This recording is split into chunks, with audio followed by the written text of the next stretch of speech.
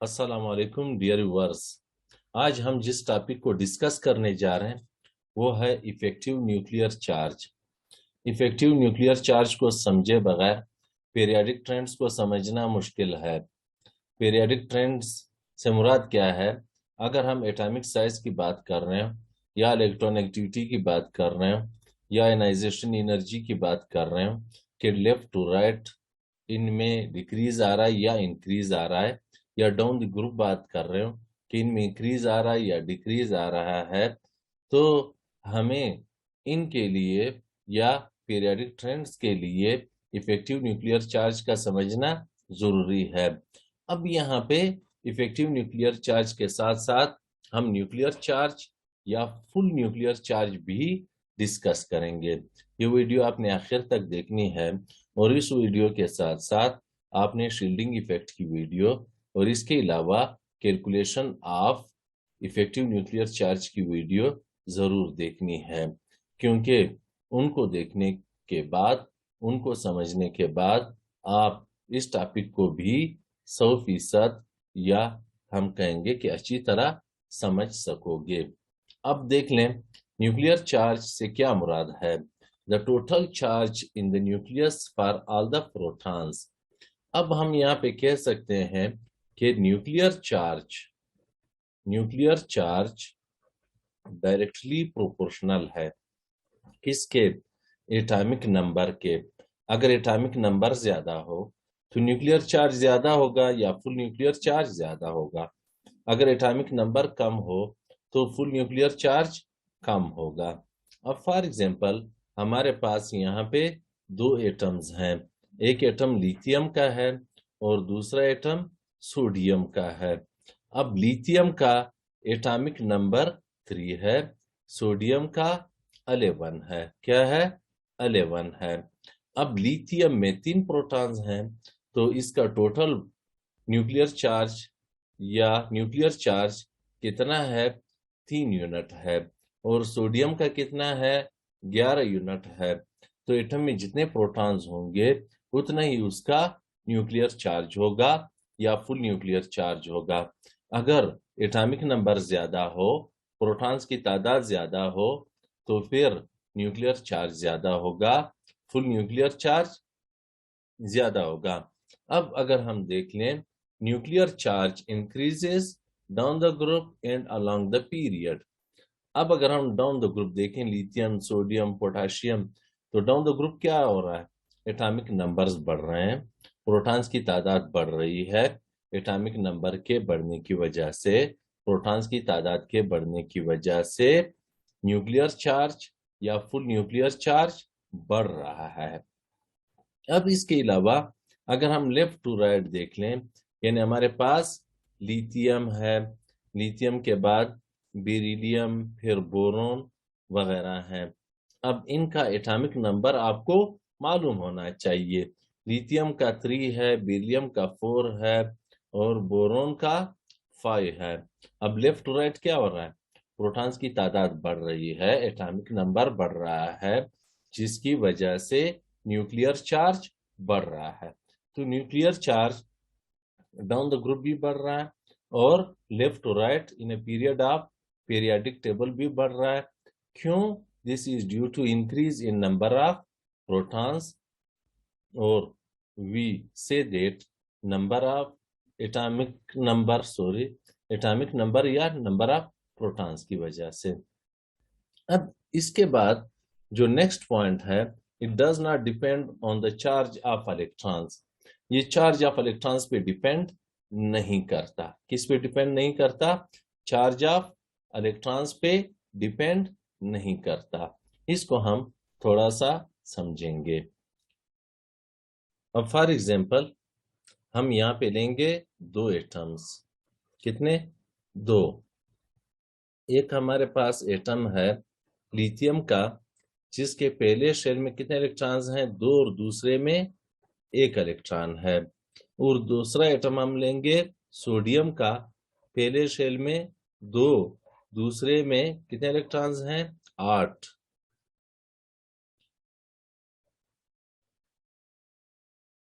Electron है। और तीसरे में एक इलेक्ट्रॉन। कितने हैं? एक है। लिथियम एटॉमिक नंबर क्या है इसका? एटॉमिक नंबर इसका है 3 और पहले शेल में 2 इलेक्ट्रॉन्स और दूसरे शेल में 1 इलेक्ट्रॉन है। इसी तरह सोडियम एटॉमिक नंबर क्या है? सोडियम का एटॉमिक नंबर 11 है। पहले शेल में 2, दूसरे में कितने इलेक्ट्रॉन्स हैं? 8 और तीसरे में 1 इलेक्ट्रॉन है। अब लिथियम का एटॉमिक नंबर 3 है, तो इसका फुल न्यूक्लियर चार्ज या न्यूक्लियर चार्ज 3 यूनिट है। कितना है? 3 है। और यहाँ पे सोडियम का फुल न्यूक्लियर चार्ज कितना है? 11 है। न्यूक्लियर चार्ज सिर्फ डिपेंड करता है एटॉमिक नंबर पे या प्रोटॉन्स की तादाद पे। किसकी तादाद पे? प्रोटॉन्स की तादाद पे। लेकिन इफेक्टिव न्यूक्लियर चार्ज क्या है? इफेक्टिव न्यूक्लियर चार्ज से क्या मुराद है? Effective nuclear charge actual amount of charge को कहते हैं या नेट पॉजिटिव चार्ज को कहते हैं, जो इलेक्ट्रॉन एक्सपीरियंस कर लेता है, जो इलेक्ट्रॉन महसूस कर लेता है, जिसका इलेक्ट्रॉन पे असर हो कि कितने पॉजिटिव चार्ज का असर है, उसको हम क्या कहते हैं? इफेक्टिव न्यूक्लियर चार्ज कहते हैं। अब हम अगर देख लें लिथियम में पहले शेल के इलेक्ट्रॉन्स और न्यूक्लियस के माबैन अट्रैक्शन होगी, लेकिन ये अट्रैक्शन ज्यादा है, ये अट्रैक्शन ज्यादा है। और दूसरे शेल के इलेक्ट्रॉन और न्यूक्लियस के माबैन भी अट्रैक्शन होगी, लेकिन ये अट्रैक्शन क्या होगी? ये अट्रैक्शन कम होगी। इसके 2 वजूहात हैं कि पहले शेल के इलेक्ट्रॉन्स और न्यूक्लियस के माबैन अट्रैक्शन क्या होगी? ज्यादा होगी, और दूसरे शेल के इलेक्ट्रॉन और न्यूक्लियस के माबैन अट्रैक्शन होगी जरूर, लेकिन कम होगी। यहाँ पे क्यों कम होगी? ये कम है और ये हाई है। और यहाँ पे अब हम देखेंगे दूसरे शेल के इलेक्ट्रॉन और न्यूक्लियस के माबैन अट्रैक्शन कम होने की वजह क्या है? वजह यह है कि दूसरे शेल का इलेक्ट्रॉन न्यूक्लियस से दूर है, यानी एक तो हम यहाँ पे ये देख रहे हैं कि डिस्टेंस ज्यादा है। दूसरी बात यह है कि पहले शेल के इलेक्ट्रॉन और दूसरे शेल के इलेक्ट्रॉन के माबैन क्या है? रिपल्शन मौजूद है। क्या मौजूद है? रिपल्शन मौजूद है। अब यहाँ पे पहले शेल के इलेक्ट्रॉन्स दूसरे शेल के इलेक्ट्रॉन को क्या कर रहे हैं? रिपेल कर रहे हैं। इस रिपल्शन की वजह से दूसरे शेल का इलेक्ट्रॉन न्यूक्लियस से दूर चला जाता है।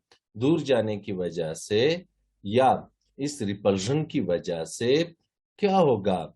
न्यूक्लियस और इलेक्ट्रॉन के माबैन या वैलेंस इलेक्ट्रॉन के माबैन अट्रैक्शन कम हो जाएगी। अब दूसरे शेल के इलेक्ट्रॉन पे न्यूक्लियस के चार्ज का कितना इफेक्ट है, कितना असर है, वो कितना इसको महसूस कर रहा है, इसको हम क्या कहेंगे? इसको हम नेट पॉजिटिव चार्ज कहेंगे या actual amount of positive charge कहेंगे, जो इलेक्ट्रॉन उसको महसूस कर लेता है, एक्सपीरियंस कर लेता है। ये जो पॉजिटिव चार्ज है या इसका जो इफेक्ट है, इसको हम इफेक्टिव न्यूक्लियर चार्ज कहते हैं। क्या कहते हैं? Effective nuclear charge.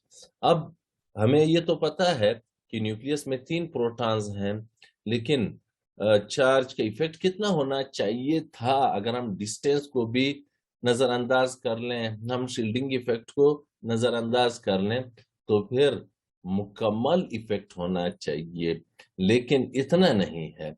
यहाँ पे ये कम होके, यानी इसका न्यूक्लियर चार्ज तो 3 यूनिट है, लेकिन इफेक्टिव न्यूक्लियर चार्ज जिसको ZEEFF से जाहिर करते हैं, ये कम होके 1.3 हो जाएगा। कितना हो जाएगा? 1.3। याद रखें, इफेक्टिव न्यूक्लियर चार्ज पहले शेल के इलेक्ट्रॉन्स के लिए ज्यादा है दूसरे से, और दूसरे के लिए ज्यादा है तीसरे से। जो इलेक्ट्रॉन्स न्यूक्लियस से दूर होते जाएंगे, इफेक्टिव न्यूक्लियर चार्ज कम होता जाएगा। अब यहाँ पे हम क्या बात कर रहे हैं? हम ये बात कर रहे हैं कि न्यूक्लियर चार्ज न्यूक्लियर चार्ज किसके डायरेक्टली प्रोपोर्शनल है? Z के। यानी अगर एटॉमिक नंबर ज्यादा हो तो न्यूक्लियर चार्ज ज्यादा, एटॉमिक नंबर कम हो तो न्यूक्लियर चार्ज कम होगा। लेकिन इफेक्टिव न्यूक्लियर चार्ज सिर्फ एटॉमिक नंबर पे डिपेंड नहीं करता। ये डिपेंड करता है किस पे? ये डिपेंड करता है स्क्रीनिंग कांस्टेंट पे, या एस पे, या शील्डिंग इफेक्ट पे डिपेंड करता है। यानी न्यूक्लियर चार्ज सिर्फ एटॉमिक नंबर पे या प्रोटॉन्स की तादाद पे, लेकिन इफेक्टिव न्यूक्लियर चार्ज दोनों पे डिपेंड करता है।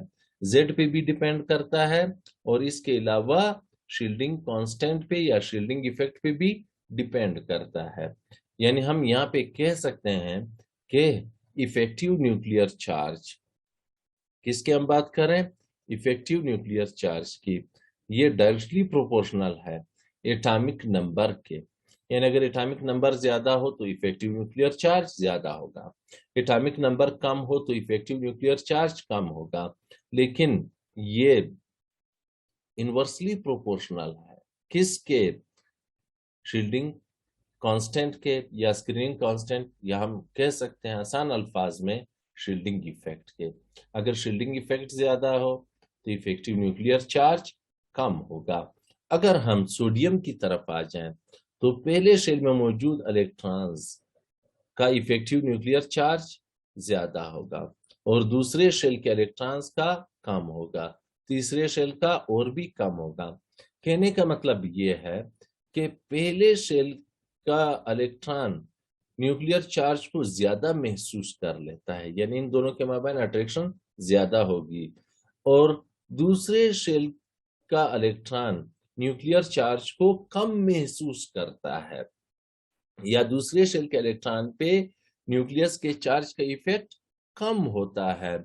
इसी तरह अगर हम तीसरे शेल के इलेक्ट्रॉन को देख लें तो यहाँ पे न्यूक्लियस के चार्ज की इफेक्ट और भी कम होगा, या हम कह सकते हैं कि तीसरे शेल के इलेक्ट्रॉन्स न्यूक्लियस के चार्ज को कम महसूस करते हैं। क्या? कम महसूस करते हैं, या यहाँ पे ये कम एक्सपीरियंस कर लेते हैं। तो ये दोनों में बुनियादी फर्क है। लेकिन एक पॉइंट आपने यहाँ पे याद रखना है, लिथियम का इफेक्टिव न्यूक्लियर चार्ज कितना है? 1.3 है, और न्यूक्लियर चार्ज कितना है? 3 है। न्यूक्लियर चार्ज हमेशा इफेक्टिव न्यूक्लियर चार्ज से ज्यादा होता है, या हम यहाँ पे कह सकते हैं कि इफेक्टिव न्यूक्लियर चार्ज हमेशा कम होता है। इफेक्टिव न्यूक्लियर चार्ज की वैल्यू हमेशा कम होती है। किससे? न्यूक्लियर चार्ज से। किससे? न्यूक्लियर चार्ज से। अगर हम सोडियम की ले लें, सोडियम की वैल्यू ले लें, न्यूक्लियर चार्ज इसका कितना है? न्यूक्लियर चार्ज इसका 11 है, लेकिन इफेक्टिव न्यूक्लियर चार्ज इसका कितना है?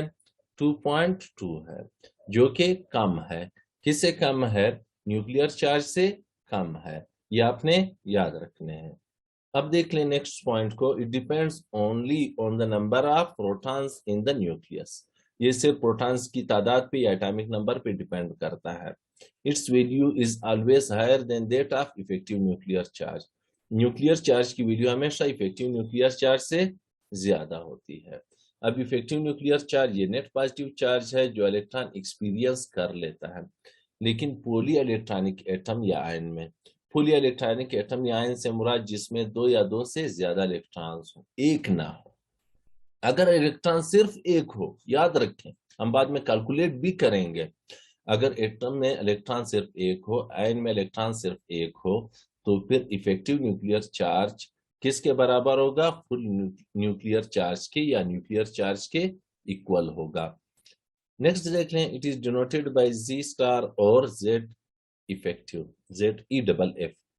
Its value is calculated by, इसकी वैल्यू हम कैलकुलेट कर सकते हैं किससे? फार्मूला आपके सामने है। इफेक्टिव न्यूक्लियर चार्ज किस पे डिपेंड करता है? Effective nuclear charge atomic number और इसके अलावा शील्डिंग कांस्टेंट या शील्डिंग इफेक्ट दोनों पे डिपेंड करता है। शील्डिंग इफेक्ट को हम सिग्मा से भी जाहिर कर सकते हैं और कैपिटल एस से भी जाहिर कर सकते हैं। और यहाँ पे मैं आपको पहले ही बता चुका हूं कि effective nuclear charge atomic number के डायरेक्टली प्रोपोर्शनल है और सिग्मा के या शील्डिंग कांस्टेंट या शील्डिंग इफेक्ट के इनवर्सली प्रोपोर्शनल है।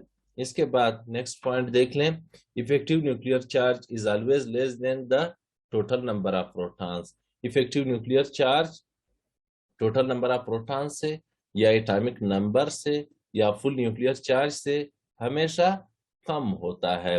ये किसकी वजह से? ये शील्डिंग इफेक्ट की वजह से या स्क्रीनिंग इफेक्ट की वजह से, क्योंकि शील्डिंग इफेक्ट और इफेक्टिव न्यूक्लियर चार्ज के माबैन इनवर्स रिलेशनशिप है। जो जो शील्डिंग इफेक्ट बढ़ता जाएगा इफेक्टिव न्यूक्लियर चार्ज कम होता जाएगा। ये आपके सामने है इफेक्टिव न्यूक्लियर चार्ज और शील्डिंग इफेक्ट के माबैन inverse relationship. Effective nuclear charge और एटॉमिक नंबर के माबैन या न्यूक्लियर चार्ज या फुल न्यूक्लियर चार्ज के माबैन डायरेक्ट रिलेशनशिप है। Shielding effect of inner shells decreases the effective nuclear charge. Shielding effect बढ़ती है किसकी वजह से? इनर शेल्स के इलेक्ट्रॉन्स की तादाद के बढ़ने की वजह से। अगर शील्डिंग इफेक्ट बढ़े तो इफेक्टिव न्यूक्लियर चार्ज क्या होगा? कम हो जाएगा। अब यहाँ पे we may say that when the number of inner electrons या inner shell electrons increases, the screening constant increases. जब inner shell electrons की तादाद बढ़ती है या inner shells के electrons की तादाद बढ़ती है या core electrons की तादाद बढ़ती है तो इससे क्या होगा? शील्डिंग इफेक्ट बढ़ जाता है। As a result of this the effective nuclear charge decreases. इसके नतीजे में इफेक्टिव न्यूक्लियर चार्ज कम हो जाएगा। Number 5, it is highest for the innermost electrons and the least for the outermost electrons। हम पहले ही डिस्कस कर चुके हैं कि अगर इलेक्ट्रॉन्स पहले शेल में मौजूद हों तो फिर इनके लिए इफेक्टिव न्यूक्लियर चार्ज की वैल्यू ज्यादा होगी। या हम यहाँ पे ये कह सकते हैं कि पहले शेल में मौजूद इलेक्ट्रॉन्स किसको ज्यादा महसूस करते हैं? न्यूक्लियर चार्ज को ज्यादा महसूस करते हैं। और अगर दूसरे शेल में इलेक्ट्रॉन्स मौजूद हों तो दूसरे शेल के इलेक्ट्रॉन्स न्यूक्लियर चार्ज को कम महसूस करते हैं। यानी पहले शेल के इलेक्ट्रॉन्स की इफेक्टिव न्यूक्लियर चार्ज की वैल्यू ज्यादा होगी और दूसरे शेल में मौजूद इलेक्ट्रॉन्स की इफेक्टिव न्यूक्लियर चार्ज की वैल्यू कम होगी। जो जो नंबर ऑफ शेल्स किसी एटम के बढ़ते जाएंगे, यानी फिर अगर हम तीसरे का देख लें तो फिर क्या होगा? मजीद कम हो जाएगी। तो जो जो नंबर ऑफ शेल्स बढ़ते जाएंगे या हम न्यूक्लियस से दूर होते जाएंगे, इलेक्ट्रॉन्स न्यूक्लियस से दूर होते जाएंगे, क्या होगा? इफेक्टिव न्यूक्लियर चार्ज कम होता जाएगा। उम्मीद है आप ये समझ गए होंगे। अगर किसी पॉइंट में कोई मुश्किल हो तो आप मुझे कमेंट में बता सकते हो। अल्लाह हाफिज। इंशाल्लाह फिर एक और वीडियो के साथ मुलाकात होगी।